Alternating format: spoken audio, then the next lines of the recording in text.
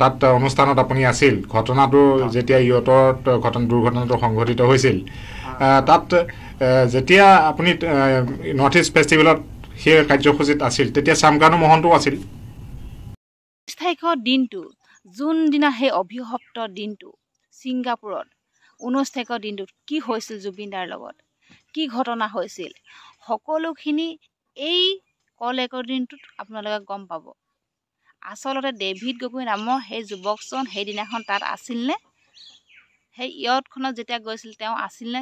যেতিয়া এটা ভিডিঅ'ত উল্লেখ আছে যে ডেভিড বুলি কিবা এটা নাম চিঞৰিছিলে এতিয়া সেই ডেভিড বোলাজনে কিছুমান সাংবাদিকৰ আগত বাইট দিছে এটা কল ৰেকৰ্ডিং ভাইৰেল হৈ আহিছে যে সাংবাদিকে ফোন কৰিছিলে সেইদিনাখন আছিলে নে সেই ঘটনাটোৰ লগত নে সেইদিনাখন আছিলে নে সাগৰৰ পাৰত সেই ইয়টত গৈছিলে নে সকলোখিনিতে স্পষ্টকৈ সত্যতাৰে স্পষ্টকৈ সকলোখিনি খুলি কৈছে যে তদন্তত অলপ সহায় হ'ব বুলি আৰু জুবিনদাৰ ন্যায়ৰ বাবেতো সকলোৱে বিচাৰি আছে আজি ইমান দিন হ'ল এমাহ দিন পাৰ হ'ল আমাৰ এই চৰকাৰখনে কি কৰিছে নাজানো মুঠতে সেইদিনাখন 19 তাৰিখৰ দিনটো কি হৈছিলে কি নাই হোৱা জুবিনদাৰ সেইখিনি জানিবলৈ সকলো ৰাইজে তৰপি আছে আমাৰ জুবিনদাৰ ইমান ভালকৈ গৈছিলে ছিংগাপুৰত প্ৰগ্ৰেম কৰিবলৈ গান গাবলৈ যোৱা মানুহজন মানে সাংঘাতিক ধৰণকে মৃত্যু হৈছে কোনো মানিব পৰা নাই এই হাঁহকেইটাই যে ভিডিঅ'টো বনাব নিদিয়ে মাথাটো গৰম কৰি দিয়ে এই হাঁহকেইটা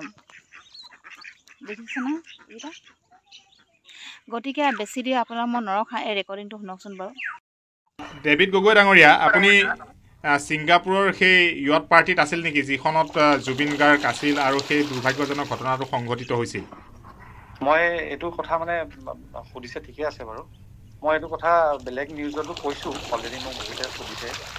একচুৱেলি মই আপোনাক গোটেই ইভেণ্টটো কৈ দিছোঁ হা মানে মোৰ কথাটো মই ধৰি লওক 18 তাৰিখে ৰাতি গৈছোঁ 18 তাৰিখে ৰাতি গৈ মানে মোৰ কানেক্টিং ফ্লাইট আছিলে তাৰপিছত 19 তাৰিখে ৰাতিপুৱা গৈ পালোগৈ 19 তাৰিখে ৰাতিপুৱা গৈ পালোগৈ তাৰপিছত আপোনাৰ এয়াৰপৰ্টতে মই ব্ৰেকফাষ্ট কৰিবলৈ অলপ ৰখিলোঁ তাৰপিছত এৰাউণ্ড 12:30 এটামান বজাত মই মোৰ লগত মানে আৰু এজন গৈছিলে মোৰ লগৰ স্কুলৰ লগৰ হয় তেওঁ ভাৰ্গৱ বুলি সিও গৈছিলে তাৰপিছত সি আৰু মই একেলগে গৈছোঁ আৰু আমি মানে হোটেলো বেলেগ বুকিং কৰিছোঁ আমি যিহেতু মানে একো তাৰ পৰা একো পোৱা নাছিলোঁ আমি চব নিজে মানে হোটেলে হওক বা হেৰি টিকেটে হওক চব নিজেই বুকিং কৰিলোঁ তাৰপিছত বেলেগ এখন হোটেল মানে হোটেল IB চেফাৰ বুলি এখনত আছিলোঁ তাৰপিছত এৰাউণ্ড সেইদিনাই 19 তাৰিখৰ দিনত এৰাউণ্ড 12:30 এটা মানে তাৰে সময় দেই ছিংগাপুৰৰ সময়ত তাতে হোটেলখনত গৈ পেলাই চেক ইন কৰিলোঁ তাৰপিছত চেক ইন কৰি পেলাই অলপ দেৰি ৰেষ্ট ল'লোঁ তাৰপিছত ৰেষ্ট লৈ পেলাই এৰাউণ্ড 2:30 3টামান বজাত মোৰ মানে আকৌ মিটিং এখন আছিলে তাতে তাৰপিছত সেই ইভেণ্টৰ তাতে গুচি গ'লোঁ নৰ্থ ইষ্ট ফেষ্টিভেল নেকি নৰ্থ ইষ্ট ফেষ্টিভেল ফেষ্টিভেলৰ ইভেণ্টৰ তাত গুচি গ'লোঁ তেতিয়ালৈকে মানে একো ঘটনা হোৱা নাই একো গমো পোৱা নাই আমি তাৰপিছত একো হোৱা নাই তাৰপিছত তাতে আছোঁ মানে 1-1.5 ঘণ্টামান আছোঁ তাৰপিছত এৰাউণ্ড তেতিয়া চাগে 4:30 বাজিছে তাৰে সময় তাৰপিছত ফোন মানে অসমৰ পৰা মোক দুজনমান লগৰে ফোন কৰিলে কৈ বোলে জুবিনদাৰ ঘটনাটো শুনিছনে কিবা হ'ল বোলে খুব চিৰিয়াছ হৈ আছে বোলো গম পোৱা নাই কি হ'ল আৰে নিউজ চা বোলে এনেকৈ চাবলৈ ক'লে তাৰপিছত নিউজত চাইছোঁ মানে চিৰিয়াছ বুলি কৈছে সকলোৱে কৈছে এনেকুৱা কিবা কিবি হ'ল ঘটনা হ'ল চিৰিয়াছ বোলে তাৰপিছত আমিও তেনেকৈ নিউজবিলাক চাই আছোঁ তাৰপিছত খুব বেছি চাগে আধা ঘণ্টাৰ পিছত নিউজটো আহিছে যে তেওঁ ঢুকালে তাৰপিছত মানে এনেকুৱা বেয়া লাগিছে এনেকুৱা মানে ঘটনাটো কি হ'ব কি নহ'ব আৰু আমিওতো সকলোৱে জুবিনৰ অনুৰাগী হয় সকলোৱে জানে তাৰপিছত কি হ'ল মানে আপোনাৰ তাতে মোৰ আৰু অসমৰে আৰু কেইজনমান মানুহ আছিলে আৰু 2-4জনমান মানুহ আছিলে তাৰ আমি খবৰ কৰি আছোঁ কি ক'ত আছে ক'ত এতিয়া মানে যদি ঢুকাইছে বডিটো আছে ক'ত তাৰ কোনোবাই ক'লে কি এইখন হস্পিটেলত আছে তাৰপিছত আমি সেই হস্পিটেলখনত আমি 4জন মানুহ কেব এখন বুক কৰি গ'লোগৈ তাৰপিছত কেব হস্পিটেলখনত পাইছোঁগৈ এৰাউণ্ড চাগে 5টা 5:30 বজাত তেতিয়া মানে অলৰেডি মানে বডিটো তেখেতৰ ভিতৰত ভৰাই থৈছে বুলি কৈছে তাৰপিছত হেৰি ক'লে তাৰপিছত আমি তাত 1-1.5 ঘণ্টামান থাকিলোঁ তাৰপিছত বেলেগো অসমৰ মানুহ কিছুমান আছিলে তেওঁলোককো লগ পালোঁ আপোনাৰ প্ৰণয় বৰদলৈ তেখেতো আছিলে তেখেতকো লগ পালোঁ তাৰপিছত দেখি 6:30 মানত তাৰপিছত মই আৰু মোৰ লগৰজন তাৰ পৰা আমি আকৌ হোটেললৈ গুচি আহিলোঁ মানে মোৰ কথাটো এনেকুৱা হৈছে তো এতিয়া মানে মোৰ টাইমলাইনটো আপুনি গম পালেই তো সেই টাইমলাইনৰ মতে মইতো তাত যোৱাটো মানে পচিবল হ'বই নোৱাৰে মানে সেইটো কথা তাৰপিছত মই গম পাইছোঁ ভিডিঅ' তাত মানে সেই নামটো কিবা এটা মই সেইটো মানে অলপ ক্লিয়াৰলি অলপ শুনি চাইছোঁ সেইটো কিবা অলপ ডেলিট নে কিবা তেনেকুৱা বুলি কৈছে মানে দুৰ্ভাগ্য কথাটো হ'ল যে আপোনাৰ মোৰ মানে নামটোৰ লগত বাৰু অলপ প্ৰনাউন্সিয়েশ্যনটো অলপ মিলি গৈছে মানে বস্তুটো বেলেগ মানে মোৰ একো সম্পৰ্ক নাই তাতে যিমানখিনি মানুহ গৈছিলে যি মানুহ গৈছিলে মই আজিলৈকে তেওঁলোকক জীৱনতো লগ পোৱা নাই মই বেলেগ আপুনি নৰ্থ ইষ্ট ফেষ্টিভেলৰ লগত কেতিয়াৰ পৰা জড়িত মানে নৰ্থ ইষ্ট ফেষ্টিভেলৰ লগত জড়িত নহয় মানে আপোনাৰ ধৰি লওক নৰ্থ ইষ্ট ফেষ্টিভেলত আগতে এবাৰ চাগে নাই নৰ্থ ইষ্ট ফেষ্টিভেল মই আগতে একো যোৱা নাই ৰঙালীত এবাৰ এই আমাৰ খানাপাৰাত হওঁতে তাত এবাৰ গৈছিলোঁ আজি 3 বছৰমান আগৰ কথা তাৰপিছত নৰ্থ ইষ্ট ফেষ্টিভেলত এইবাৰ প্ৰথম মানে আগতেও তেওঁ মাতিছিলে কিন্তু যাব পৰা নাছিলোঁ এইবাৰ ক'লে কি তোমালোক আহিবই লাগিব মানে মই বুলি নহয় আৰু কেইজনমান মানে ব্যৱসায়ী তোমালোক কেইজন আহিবই লাগিব তোমালোকে তাত ভালকৈ শ্ব'কেছ কৰিব লাগিব বস্তুবিলাক তোমালোকৰ প্ৰডাক্টবিলাক আমি ভালকৈ ইণ্টাৰনেশ্যনেল অলপ শ্ব'কেছ কৰিব বিচাৰিছোঁ তেনেকৈ বুলি ক'লে তো সেইকাৰণে এইবাৰ গৈছিলোঁ আপোনাৰ ব্যৱসায়টো কি ব্যৱসায়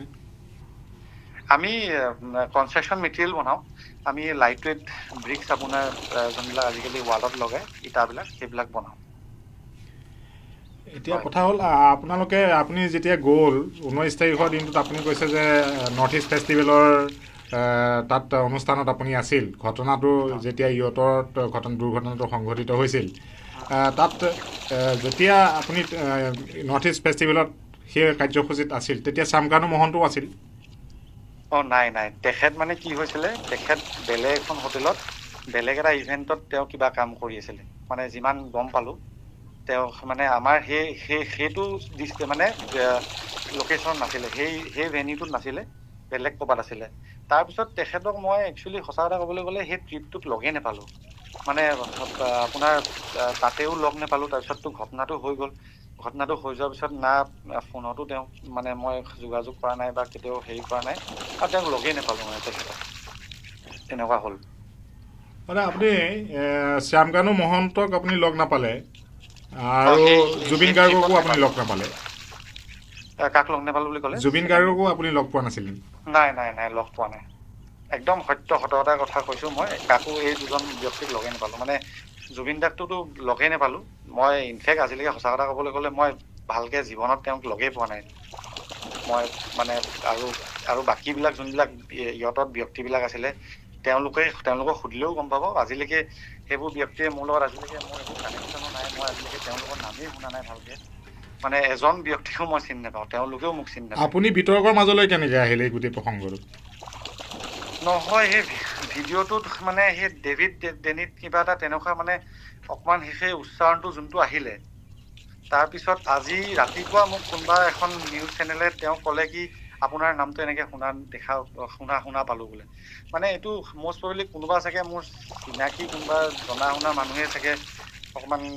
কিবা বেয়া পায়ো বা কিবা কৰিও মানে সেইটোকে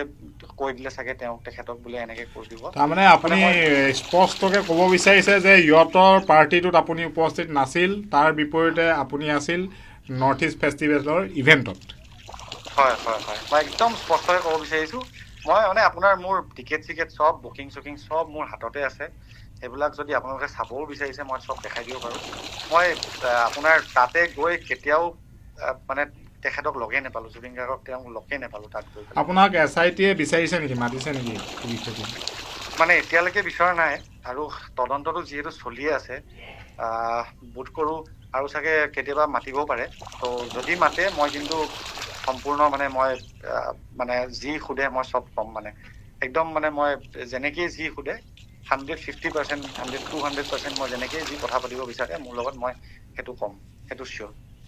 আচলতে ঘটনাটো লৈ এটা কথা আপুনি মানেনে যে যেতিয়াই ঘটনাটো সংঘটিত হৈছিল খবৰ পোৱা মাত্ৰকে তাত থকা মানুহখিনিয়ে যিখিনি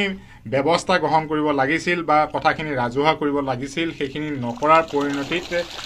বহু পৰিঘটনা আজিৰ দিনটোত ঘটিছে বা সকলো কথা অস্পষ্ট হৈ পৰিছে সেইটো অলপ ময়ো কিন্তু অলপ কথাটো নোহোৱাও নহয় মেবি সেইদিনাই যদি ভালকৈ অলপ যোনকেইজন ব্যক্তি আছিল বিশেষকৈ তেওঁলোকৰ যোনকেইজন ব্যক্তি আছিল তেতিয়াই যদি কৈ দিব পৰা হ'লে চাগে আজি ইমানখিনি এতিয়ালৈকে নাপালেই আৰু এটা কথা মানে তেওঁলোকো আজিৰ ধৰি লওক ইমানখিনি তদন্ত হ'ল মানে আজি ধৰি লওক মোটামুটি 40 দিন মানে হ'ল, ইমানখিনি তদন্ত হ'ল, ইমানখিনি মানুহ হেৰি হ'ল, মানে আপোনালোকেও দেখিছে বা ভিডিঅ' দেখিছে, ইয়তখনৰো ভিডিঅ' দেখিছে, ফটো দেখিছে, তাতেতো মোক মানে কেতিয়াওতো দেখাই নাই। মানে মই এইটো আগতেও বেলেগ এটা নিউজ চেনেলতো কৈছোঁ, এইটো মানে এটা শ্বেয়াৰ কোইনচিডেঞ্চ আৰু যে মানে মোৰ নামটো নিচিনা মানে উচ্চাৰণ হৈ গ'ল। মই বেলেগ একো নহয়, মোৰ জাষ্ট নামটো নিচিনা উচ্চাৰণ হৈ গ'ল, মোৰ বাকী একো আপোনাৰ বস্তু নাই। মানে মই যেনেকৈ আপোনাক কৈছোঁ একদম মানে এইখিনি কথাই সত্য হয়। মই যেনেকৈ ক'লোঁ আপোনাক টিকেট চিকেট বা যি হওক যি নহওক চব মই দেখাবলৈ ৰেডি আছোঁ, একো নাই মোৰ সেইখিনি কথাই।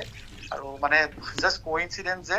কিবা এটা ক্ষেত্ৰত মানে কিবা এটা বেলেগ কিবা কৰোঁতেও চাগে মানে বস্তুখিনি কিবা এটা উচ্চাৰণটো মিলি গ'ল চাগে, এনেকুৱা কথা।